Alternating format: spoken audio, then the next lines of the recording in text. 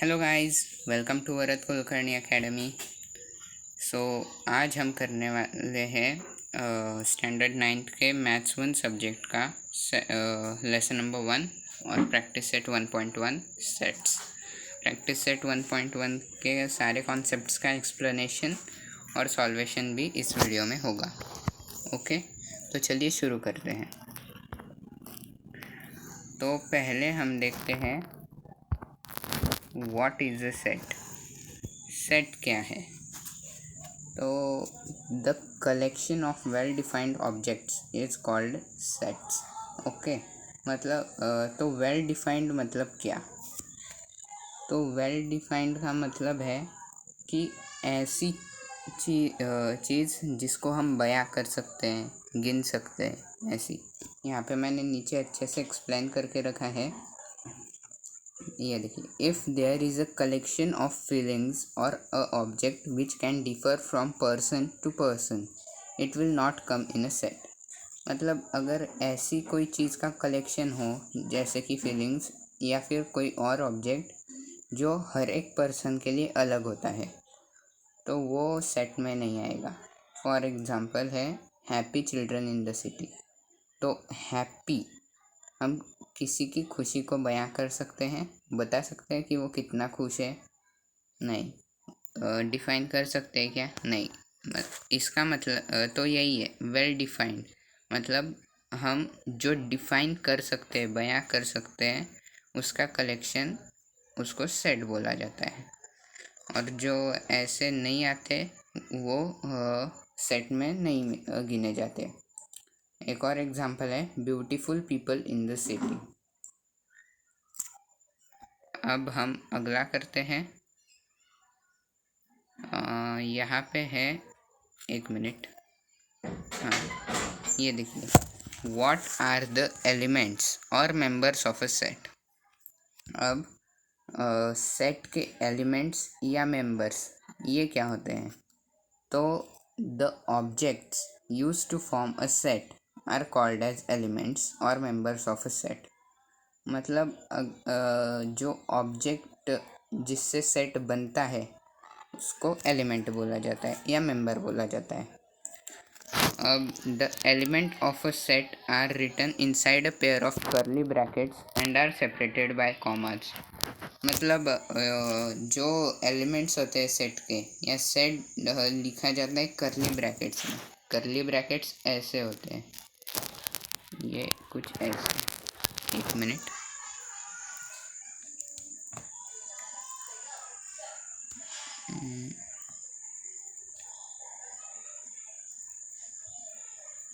ऐसे होते हैं curly brackets.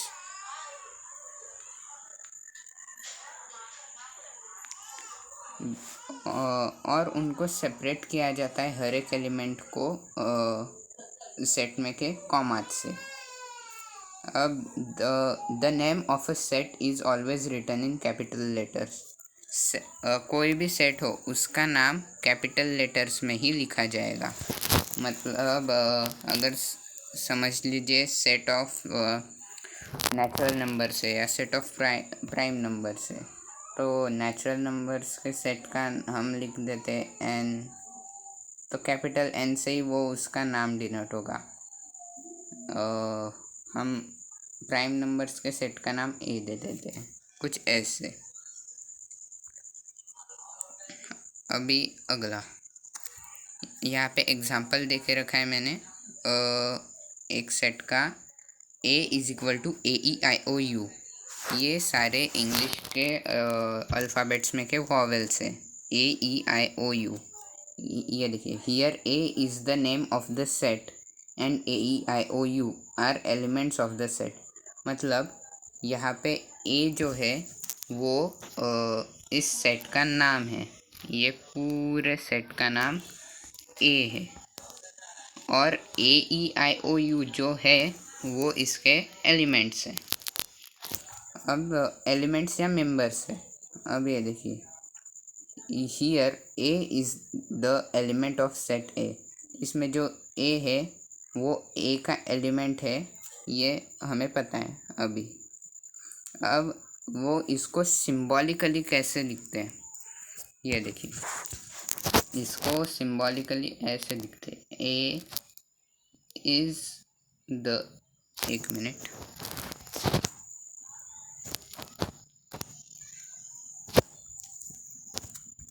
A is the element of set ए, ये ऐसे।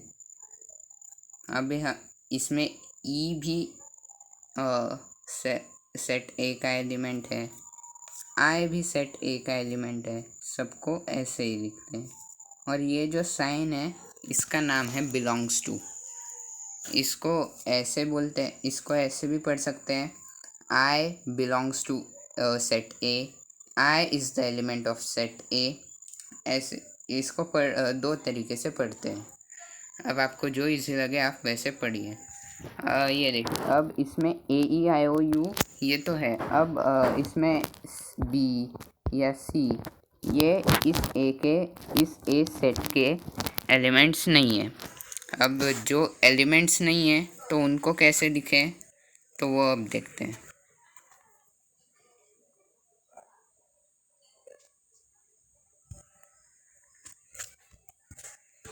ये देखिए, अब इसको कैसे लिखें, तो इसको ऐसे लिखते हैं, हम लेते हैं बी, तो B is not element of A.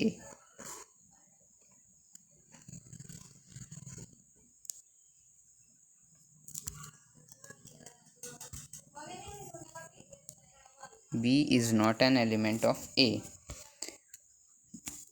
ऐसे ही सी भी ए का एलिमेंट नहीं है, एफ भी नहीं है, जे भी नहीं है, वी भी नहीं है, ऐसे बहुत से नहीं है। तो अगर एलिमेंट नहीं है तो वो ऐसे, ये बिलोंग्स टू की साइन और ये उसको ऐसे दे देते हैं। ओके, अब अगली स्लाइड पे जाते हैं हम। एक मिनट, मैं ब्राइटनेस बढ़ा दूँ।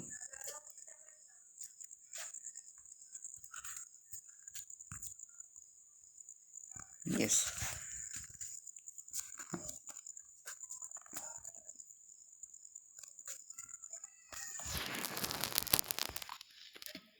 ये देखिए, methods of writing a set. अब सेट को लिखने की कितनी मेथड्स हैं, तो सेट को लिखने की दो मेन मेथड्स है। There are two main methods of writing a set. एक तो हो गई रूस्टर फॉर्म, और या उसको लिस्टिंग मेथड भी बोलते हैं। दूसरा नाम है उसका, और दूसरी मेथड है रूल मेथड, या उसको सेट बिल्डर फॉर्म भी बोलते हैं।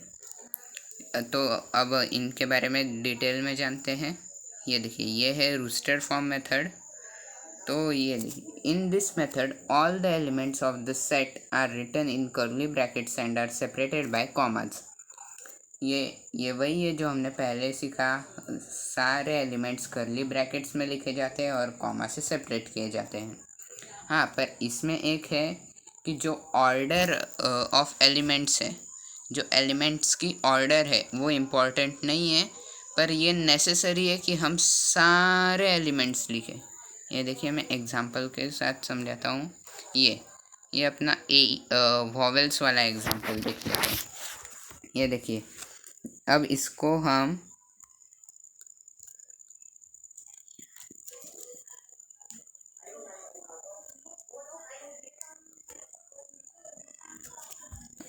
हम ऐसे भी लिख सकते हैं, ए इज इक्वल टू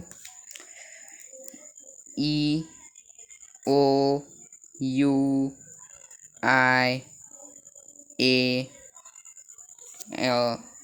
कोई छूट तो नहीं है? नहीं, सारे हो गए।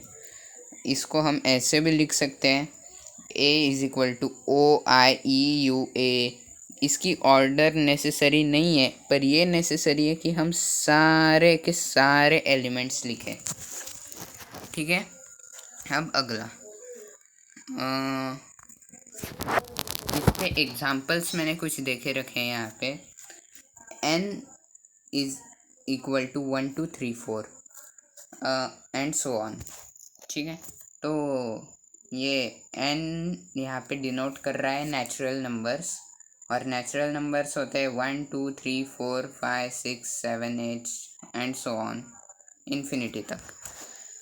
और दूसरा एग्जांपल है ये a is equal to 1 8 27 64 and so on. ये क्यूब्स वाला है, 1 का क्यूब 1, 2 का क्यूब 8, 3 का क्यूब 27, 4 का क्यूब 64, ऐसे एंड सो ऑन। 5 का क्यूब 125, ऐसे हम चलते ही रह सकते हैं अभी। तो यहाँ पे एक बात आपको ये बतानी है मुझे कि n का मतलब तो हो गया नेचुरल नंबर्स। पूरे सेट में सारे सेट्स के टॉपिक्स में n जहाँ भी आएगा तो उसका मतलब होगा नेचुरल नंबर्स। ये देख एक मिनट, n is equal to natural numbers. तो नेचुरल नंबर कौन से होते हैं? 1 2 3 4 एंड सो ऑन। फिर अगला आता है अगला है W। तो W कौन सा होता है? Whole number. W रिप्रेजेंट करता है होल नंबर को, होल नंबर्स। ओके, तो ये W होल नंबर्स को रिप्रेजेंट करता है। तो ये इसमें कौन से होते हैं होल नंबर्स में? तो उसमें होते हैं 0 1 2 3 एंड सो ऑन, सारे नेचुरल नंबर्स, और उसमें ऐड कर दो 0 तो बन जाता है वो होल नंबर। फिर अगला आता है I। I रिप्रेजेंट करता है इंटीजर्स को।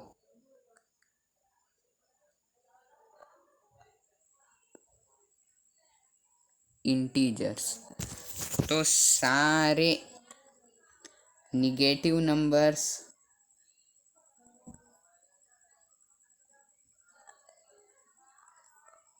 ज़ीरो, और सारे पॉजिटिव नंबर्स। ये इन्फिनिटी है आगे, यहाँ पे जगह नहीं इसलिए डॉट डॉट नहीं दिख रहे। तो ये सब आते सारे निगेटिव नंबर्स, ज़ीरो और सारे पॉजिटिव नंबर्स, ये आते हैं इंटीजर्स में। ठीक है, अब अगला आता है Q। तो Q रिप्रेजेंट करता है रैशनल नंबर्स को।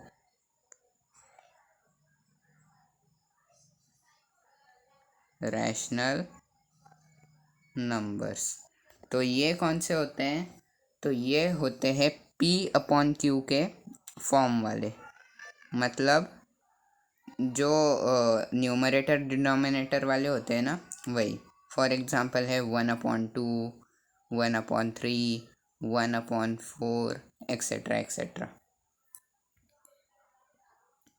ओके, तो इतना ही बात ध्यान में रखिएगा कि जहाँ पे भी n आया मतलब नेचुरल नंबर, जहाँ पे भी w आया सेट के नाम पे वहाँ पे होल नंबर, जहाँ पे भी i आया सेट के नाम पे वो सारे इंटीजर्स, और जहाँ पे भी q आया वो सारे रैशनल नंबर्स।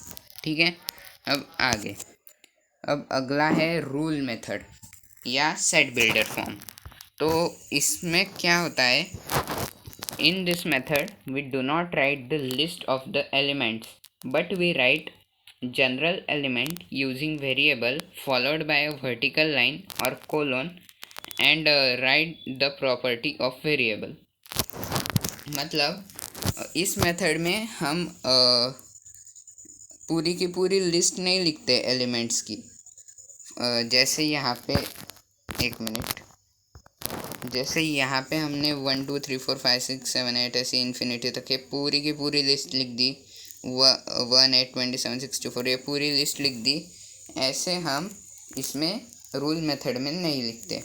इसमें हम एक एलिमेंट लेते हैं या वेरिएबल लेते हैं कोई भी, जैसे a b x y z कोई भी, और फिर उसके आगे हम एक वर्टिकल लाइन या कोलन ये डालते हैं, और फिर जो भी एलिमेंट्स हैं सेट में उसकी प्रॉपर्टी लिख देते हैं। अभी आपको एग्जांपल से समझ में आएगा। ये देखिए, A is the set of all x such that x is a set of vowels in English alphabets। मतलब ये जो A है ये सेट का नाम है, और ये x ये वेरिएबल दिया है हमने यहाँ पे, और इज ये जो x है ये सारे एलिमेंट्स को रिप्रेजेंट कर रहा है। मतलब अगर सेट बहुत बड़ा बन रहा हो, बहुत बड़ा, समझ लीजिए नेचुरल नंबर्स अप टू 1000 का, तो हम ये लिस्ट थोड़ी लिखते बैठेंगे, या फिर समझ लीजिए हमने डॉट डॉट भी कर लिए तो अप टू 1000 ऐसे भी लिख दिया डॉट डॉट करके एंड में 1000, तो भी वो थोड़ा सा ये समझ में नहीं आएगा। इसलिए इस मेथड को ऑफिशियली भी ऐसे अच्छा लगने के लिए भी यूज़ किया जाता है। तो ये रूल मेथड में बड़े बड़े सेट्स होते हैं तो उनको छोटा करके लिखने के लिए। अब ये देखिए, x such that x is a set of vowels in English alphabet. अब ये तो छोटा ही सेट है, पर आपको अच्छे से समझ में आया, और वही एग्जांपल हमने पीछे लिया है, इसलिए मैंने यही वाला एग्जांपल यहाँ पे भी लिया।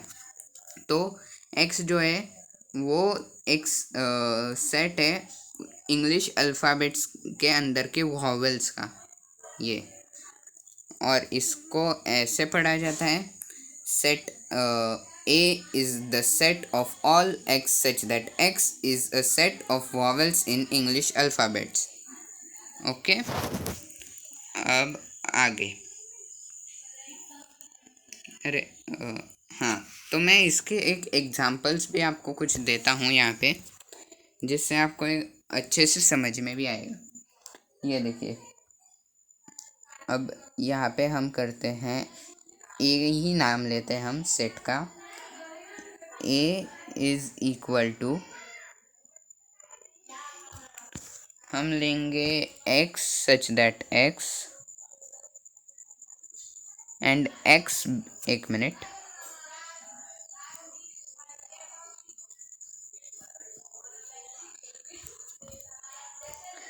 x and x belongs to n।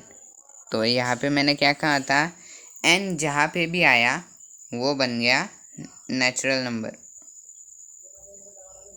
तो n जहाँ पे भी आएगा वो नेचुरल नंबर है।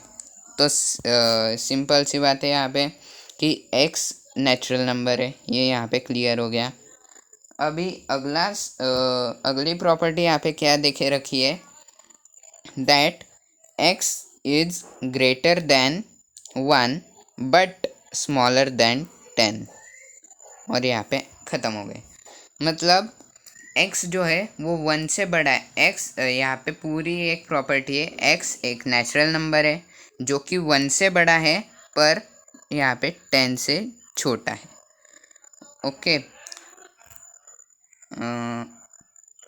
तो यहाँ पे कैसे होगा कि जो भी ये होंगे इसमें तो बहुत आएंगे, मतलब 2 भी आएगा, 3 भी आएगा, 4 भी आएगा, 5 भी आएगा, 6 भी आएगा, 7 भी आएगा, 8 भी आएगा, और 9 भी आएगा।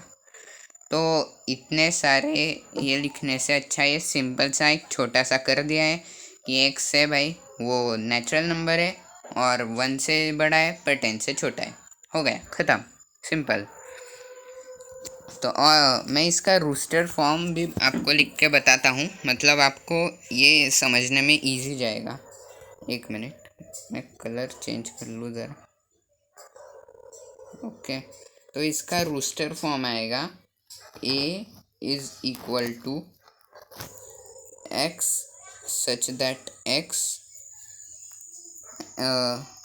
अरे एक मिनट, रूस्टर फॉर्म में तो x सच दैट x आता नहीं। A is equal to 2, 3, 4 and dot till 9। Okay, और यहाँ पे ख़त्म, सेट फिनिश्ड। तो ये ऐसी होती है रूल मेथड। आई होप आपको ये समझ में आई होगी। मैं एक्चुअली प्रैक्टिस सेट 1.1 भी इसी वीडियो में करवाने वाला था, पर वीडियो बहुत लंबी हो रही है, इसीलिए मैं ये वीडियो यहीं पे ख़त्म करता हूँ। प्रैक्टिस सेट 1.1 जो है वो मैं अगली वीडियो में करवा रहा हूँ, पर वो वीडियो भी मैं ऑलरेडी अपलोड कर चुका हूँ। चाहिए तो मैं उसकी लिंक भी डिस्क्रिप्शन में दे दूँगा। तो आपको प्रैक्टिस सेट 1.1 सॉल्व करना होगा तो आप वहाँ से चेकआउट कर सकते हैं। ओके, तो thank you so much for watching this video. And अगर आपको ये वीडियो पसंद आया होगा तो प्लीज़ लाइक कीजिए, इस वीडियो को शेयर कीजिए और चैनल को सब्सक्राइब कीजिए ऐसे ही मैथ्स की वीडियोज़ के लिए।